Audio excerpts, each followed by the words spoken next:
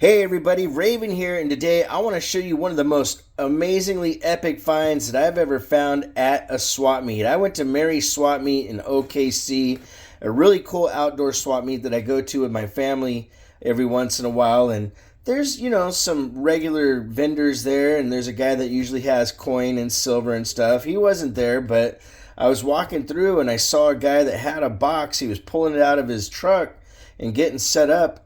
I just happened to be at the right place at the right time because I got an amazing thing to share with you. Ladies and gentlemen, first off, starting off with two 10-ounce silver kookaburras. This one's from 92, ladies and gentlemen. That's like either the second or third year of the kookaburra. That thing is absolutely epic. Then he had another 10-ounce kookaburra, 2018, that I was just absolutely shocked to find.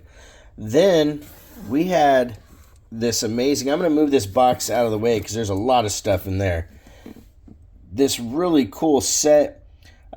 These are all Walking Liberty half dollars, and I thought there was only 5, but lo and behold, ladies and gentlemen, there's 10.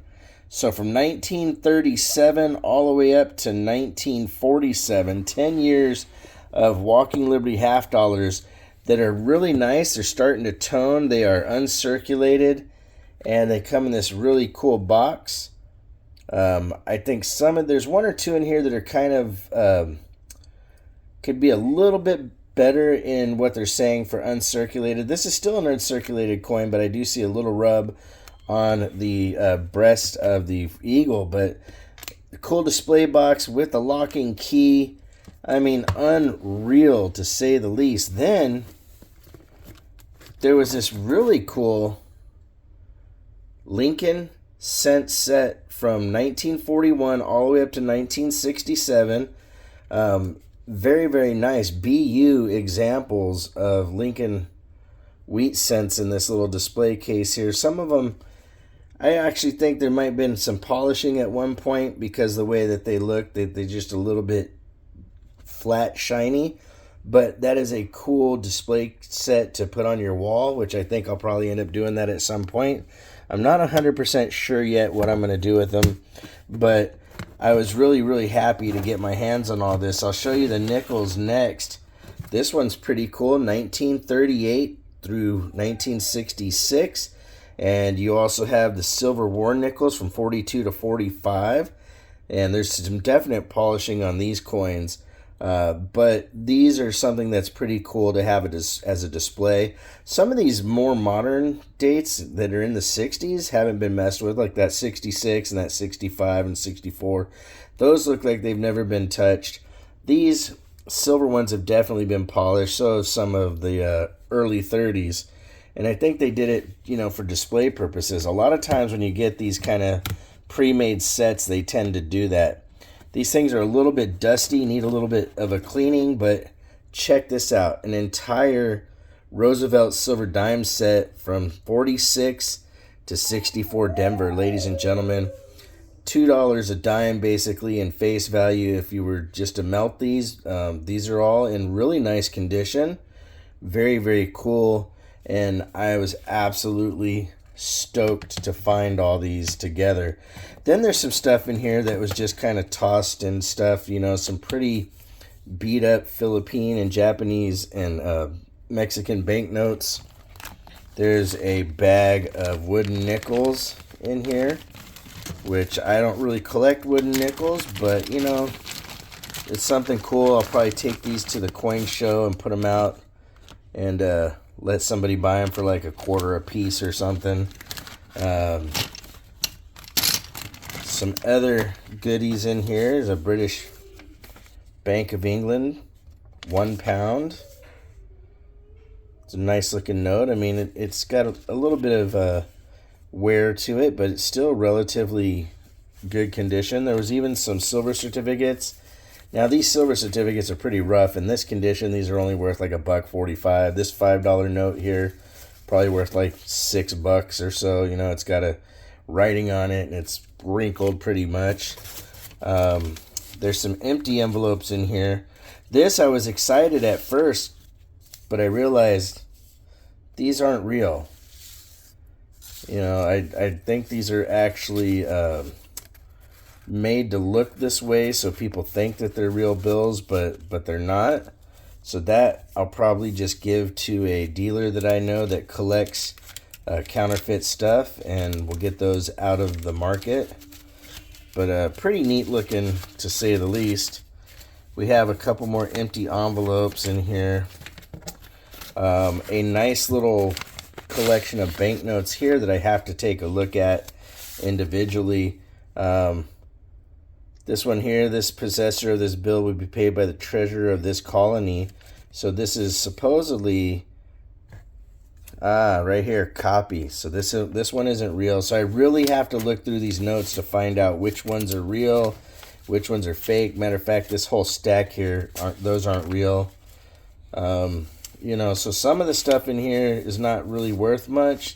Some of it's really cool. Like here's an Italian banknote that's pretty neat. But he had all sorts of crazy stuff. Little man in the background, he approves of the purchase.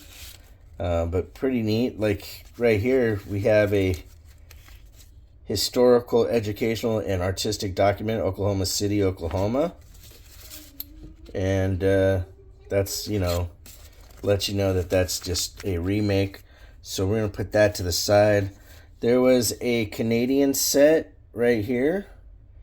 The condition is kind of rough. Look at that. At some point, somebody paid only $4 to get this set. That's silver, that's silver, that's silver, and the dime is silver.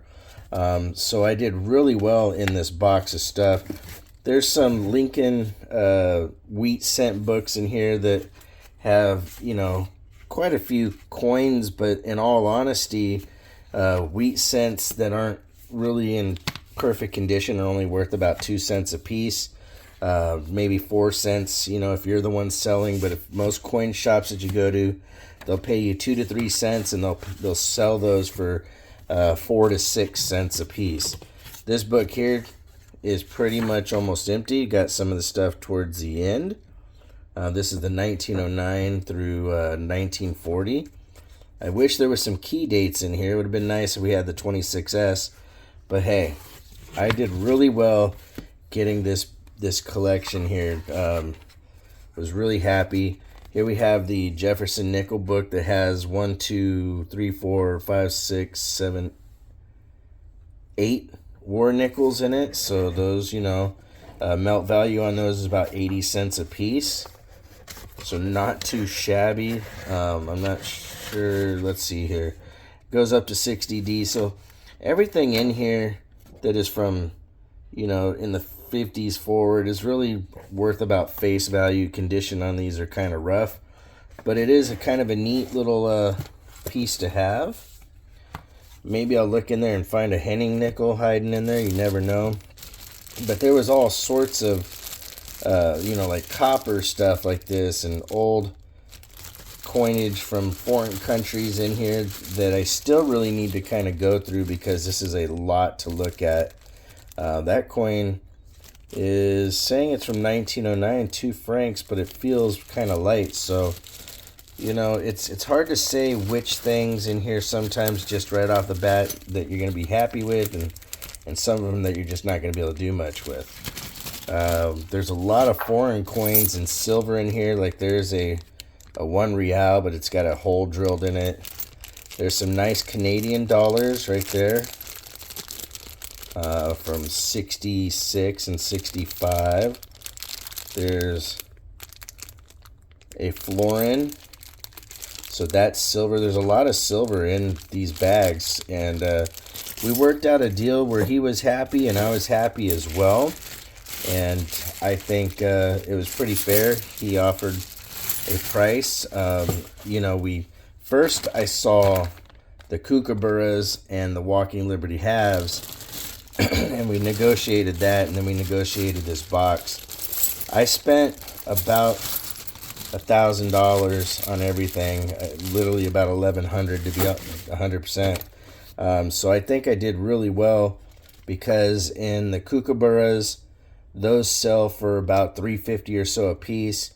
The dimes, if I sold them for just face value, that's like $100. The Walking Libs, you know, that's another Probably a couple $100 easily. Or actually more than a couple hundred, because there's 10 of them, probably about 300. So, you know, getting everything, like I said, for 1100 was a really good deal.